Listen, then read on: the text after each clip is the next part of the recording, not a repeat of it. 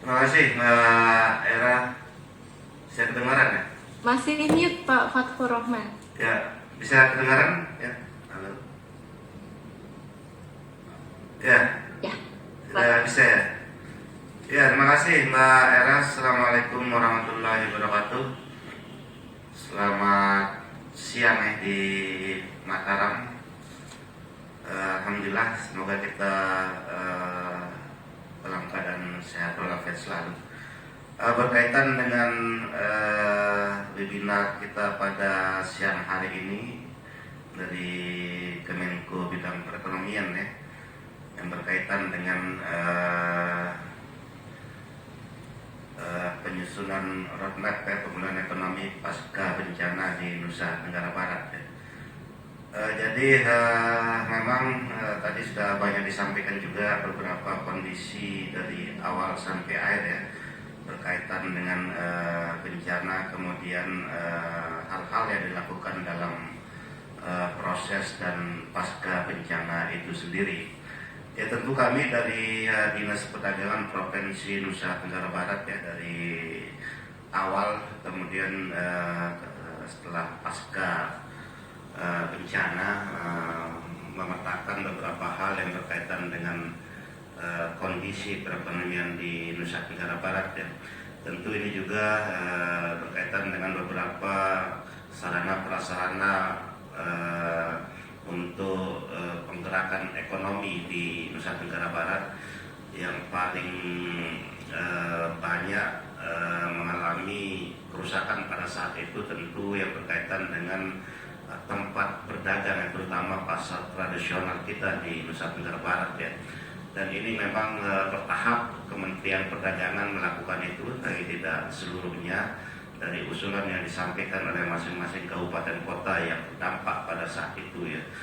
Dan sampai saat ini memang ada masih dalam tahap proses ya, belum mulai pembangunan begitu dari pasca bencananya itu sendiri. Dan ini mungkin karena mungkin berdampak dengan COVID lagi, mungkin ada hal-hal yang dipertimbangkan di Kementerian Perdagangan seperti itu. Dan itu harapan kami tentu untuk bisa juga difasilitasi oleh teman-teman di Kementerian Kemenko yang berkaitan dengan sarana prasarana pasar tradisional di masing-masing kabupaten kota yang terutama terdampak, karena disinilah tentunya tumbuhnya perputaran ya ekonomi masyarakat di Nusa Tenggara Barat. Nah, kemudian juga beberapa hal juga yang berkaitan dengan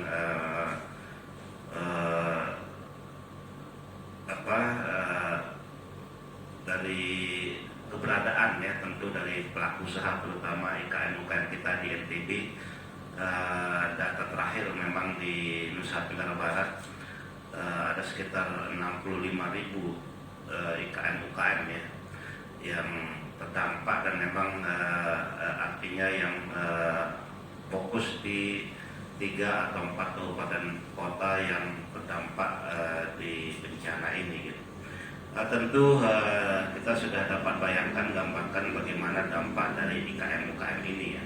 Mereka tidak bisa melakukan usaha karena memang sarana dan lainnya yang mereka semula mempunyai toko, mempunyai tempat usaha, kemudian rusak dengan bencana dan sebagainya begitu. Nah, itu tentu hal ini juga yang berdampak terhadap tempat usaha, kemudian juga sarana usahanya yang pada saat itu memang sudah lenyap ya, katakanlah lenyap seperti itu karena memang kondisi keruntuhan dan sebagainya. Kemudian hal-hal lain mungkin yang berkaitan dengan pemulihan ini, tentu kami melihat juga bagaimana IKM-UKM ini dari awal ya, termasuk ya kalau nyambung ke pasca COVID ini tentu sangatlah semakin melebar ya, bagaimana IKM-UKM kita ini mati suri ya.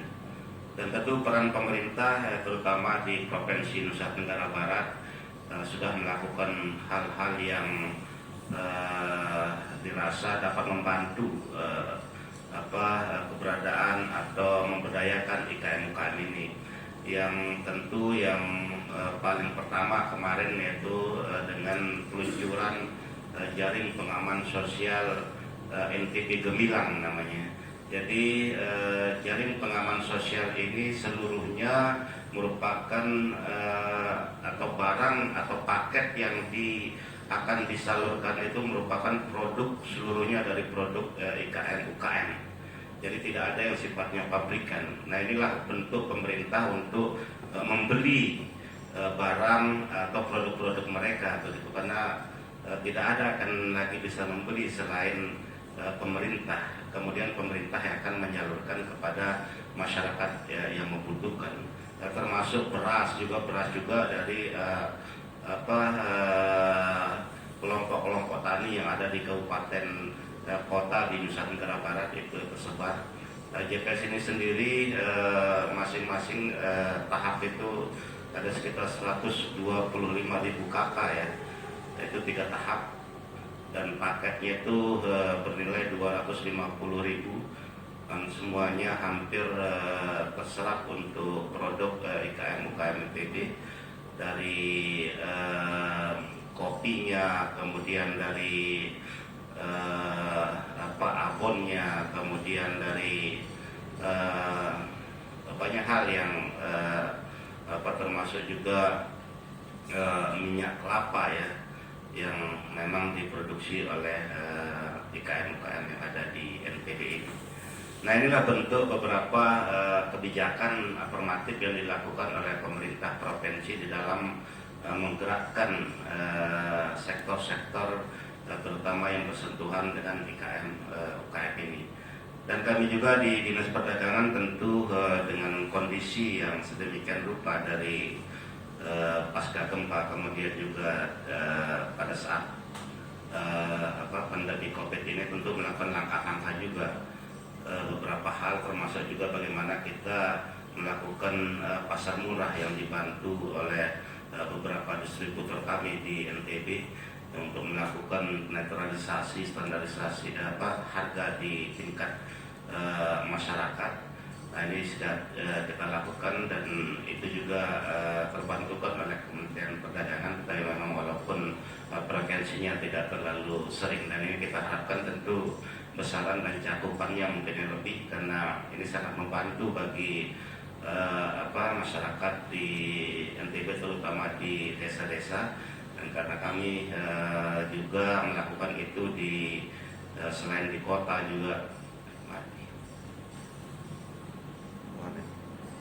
Seperti itu beberapa hal yang ya tentu kami dari pemerintah provinsi juga berharap agar stimulus-stimulus yang lebih konkret terutama di NTB, termasuk juga pasca gempa yang mungkin perlu disegerakan ya, karena ini sudah berlangsung beberapa lama, kemudian adanya COVID lagi yang lebih memperparah situasi ya, terutama aktivitas dari pelaku usaha IKM-UKM kami di NTB.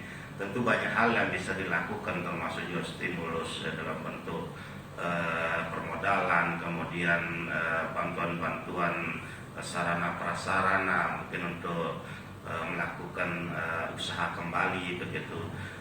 Kemudian juga usaha-usaha rumah tangga yang dulu sempat terhenti ya, kemudian juga mudah-mudahan bisa dapat berjalan kembali.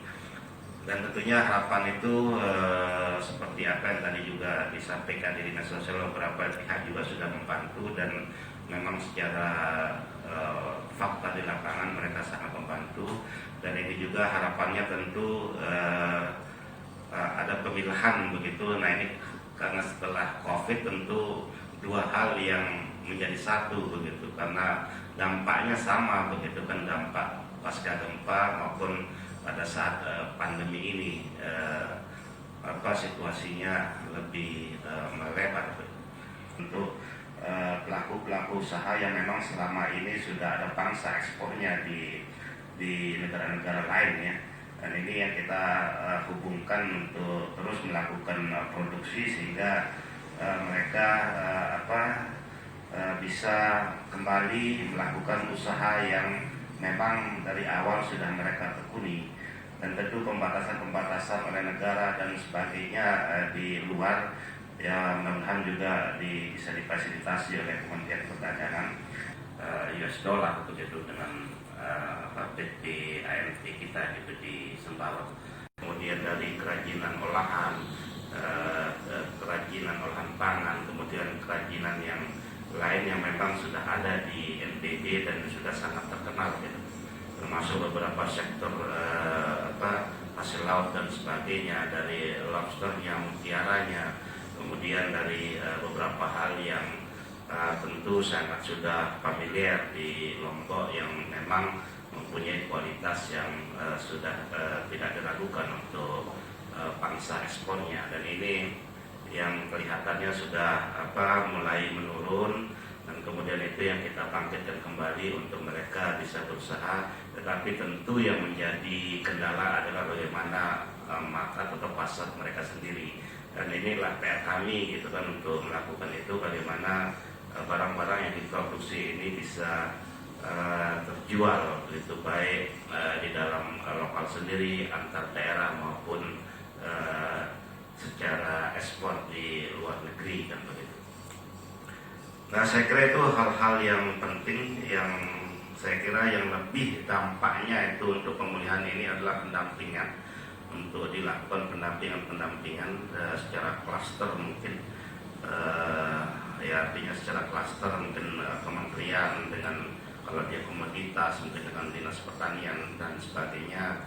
Kemudian untuk pangsa pasar dan sebagainya tentu keterlibatan Kementerian Perdagangan juga secara signifikan membantu daerah ya dalam melakukan hal-hal yang berkaitan dengan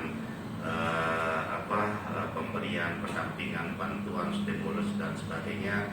Termasuk program-program yang selama ini memang sudah ada, tetapi karena refocusing anggaran menjadi kembali tidak tertangani begitu kan.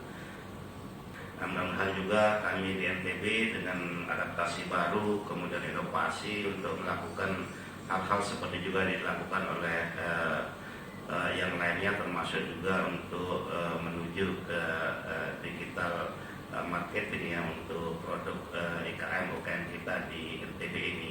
Mudah-mudahan ini bisa juga kita lakukan, termasuk juga sudah beberapa untuk masyarakat itu bekerja sama dengan yang lainnya untuk membangkitkan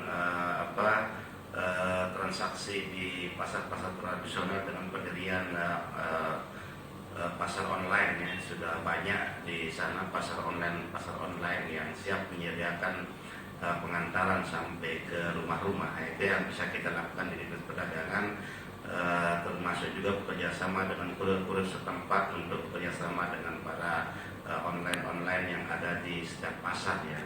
Nah, ini alhamdulillah sampai sekarang progresnya sudah semakin meningkat ya, sehingga transaksi di pasar sudah bisa dilakukan dengan baik digital walaupun sangat sederhana ya. Hanya menggunakan Facebook atau IG dan sebagainya, belum ke aplikasi, tetapi kami mencoba tadi dengan melakukan aplikasi yang namanya Lades ya, Lapak Desa, dan ini juga seluruhnya akan tercover di situ, dan ini berproses dan sudah hampir rampung, dan mudah-mudahan kami bisa mengawal ini, termasuk juga beberapa hal lain yang berkaitan dengan e-commerce ini, dan bentuk juga namanya NTB Mall, dan ini juga seluruhnya merupakan produksi nantinya yang akan ditampung, yaitu produk dari IKM-UKM dan produksi itu. Dan alhamdulillah karena pemerintah dulu yang membeli kan begitu, dan ini karena harus ada pasarnya, jelas juga tidak ada pasar ya. Sekian dulu Bu Era, terima kasih. Assalamualaikum warahmatullahi wabarakatuh.